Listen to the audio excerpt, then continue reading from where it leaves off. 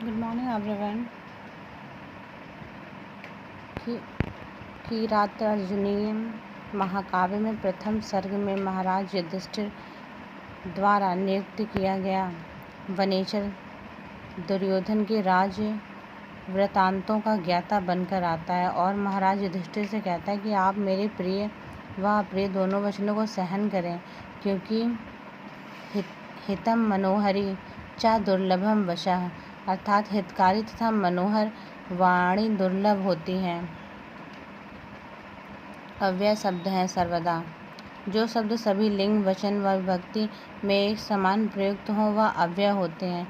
यहाँ नदी, अहम, सह शब्दों का रूप चलता है, जबकि सर्वदा शब्द सदैव इसी प्रकार प्रयुक्त होते हैं, अतः यह अव्यय हैं। सर्वदा शब्द सदैव इसी प्रकार प्रयुक्त होते हैं, अतः यह अव्यय अर्थ गौरव के लिए प्रसिद्ध हैं। ए भारवी उपमा कालिदासस्य भारवेर्थ गौरवम दंडी पद लालितम माघे संति त्रयो गुणाः, अर्थात कालिदास उपमा के लिए प्रसिद्ध हैं, जबकि भारवी अपने अर्थ गौरव के लिए जाने जाते हैं। दंडी पद लालित्य के लिए प्रसिद्ध हैं, जबकि महाकवि माघ में तीनों पाए जाते हैं। उपमेय उपमान में अभेद्य प्रदर्शित किया जाता है। उपमा अलंकार में उपमेय उपमान की साधारण धर्म के आधार पर तुलना की जाती, जबकि उपमेय उपमान का भेद रहित आरोप ही रूपक अलंकार है। उपमेय उपमान का भेद रहित आरोप रूपक अलंकार है।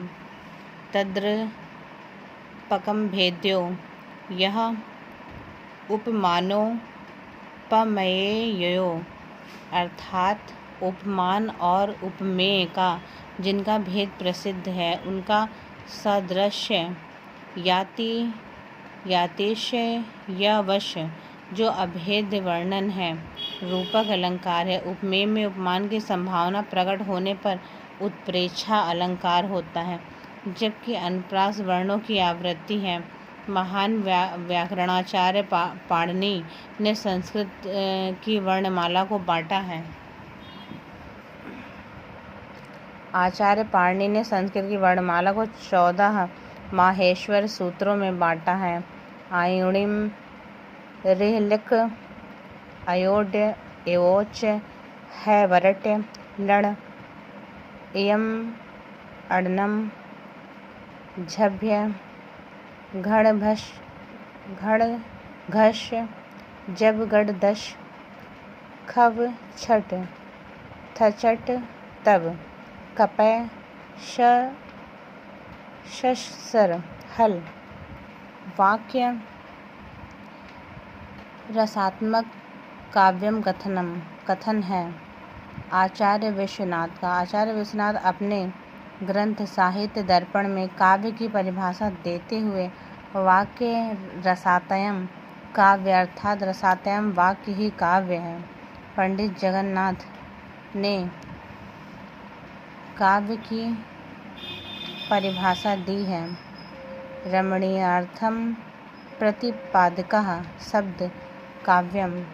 काव्य की परिभाषा विभिन्न आचार्यों ने भिन्न भिन्न की है, जिसने पंडित जगन्नाथ ने काव्य को रमणीयार्थक प्रतिपादकः शब्द काव्यम कहा है। काव्य रसात्मकम काव्यम आचार्य विश्वनाथ की परिभाषा है, जबकि शब्दार्थों सहितो काव्यम आचार्य भामह की तथा ननु शब्दार्थों काव्यम आचार्य रुद्रट की परिभाषा है। दूत्र वाक्यम कृति भास। दूत वाक्य भास द्वारा रचित एक नाटक है। भास ने कुल 13 नाटक रचे हैं। स्वप्नवास वद्यतः प्रतिज्ञा योगम धारणाया, दरिद्र चारुदत्ता, अभिमारक प्रतिमा, अभिषेक, बातचीत, पंचरात्र, मध्य मया योग्य, दूतवाक्य, दूत घटोत्कच, कर्णभार, उरिभंग। उमेशः शब्द में किस सूत्र के अनुसार संधि की गई है? उमेशः उमा प्लस ईसा है। यहाँ पर आदि गुणा से आ और ई के स्थान पर ए हुआ है, आधा गुणा है। पंच विसंतिहा शब्द का हिंदी अर्थ क्या है?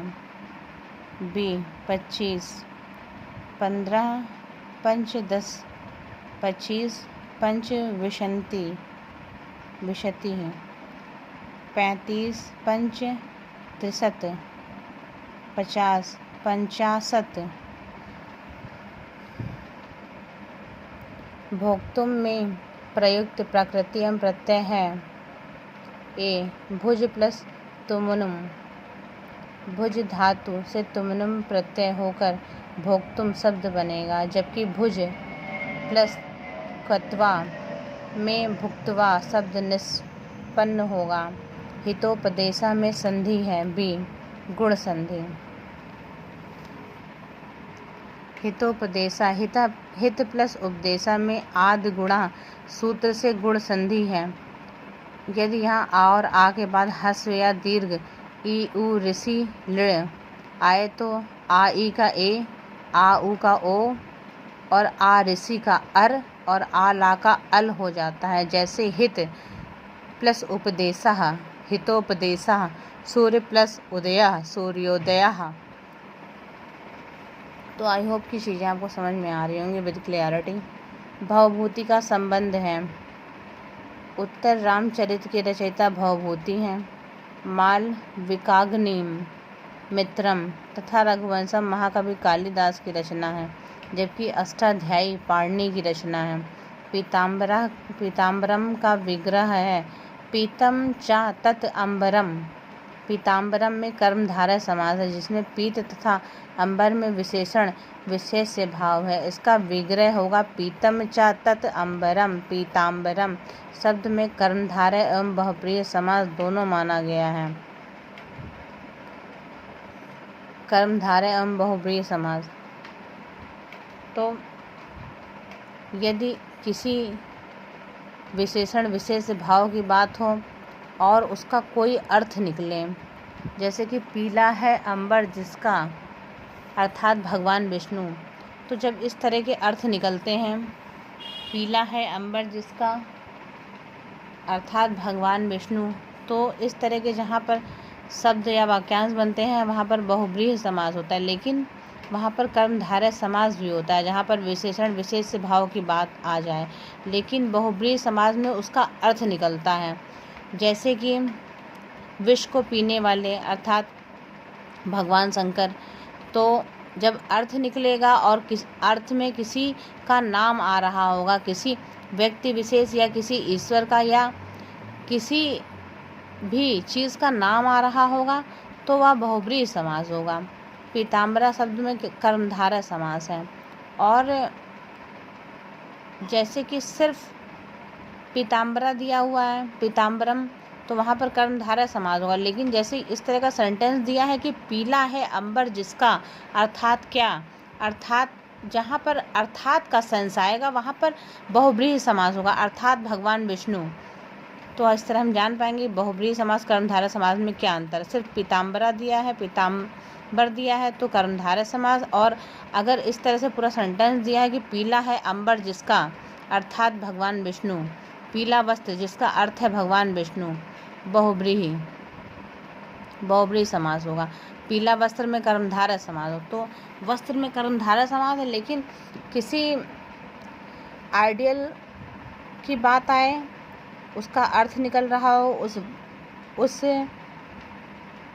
चीज़ का, उस वाक्यांश का अर्थ निकल रहा हो और उसके मीनिंग में कोई व्यक्ति विशेष आए, तो वह बहुब्रीहि समास होगा।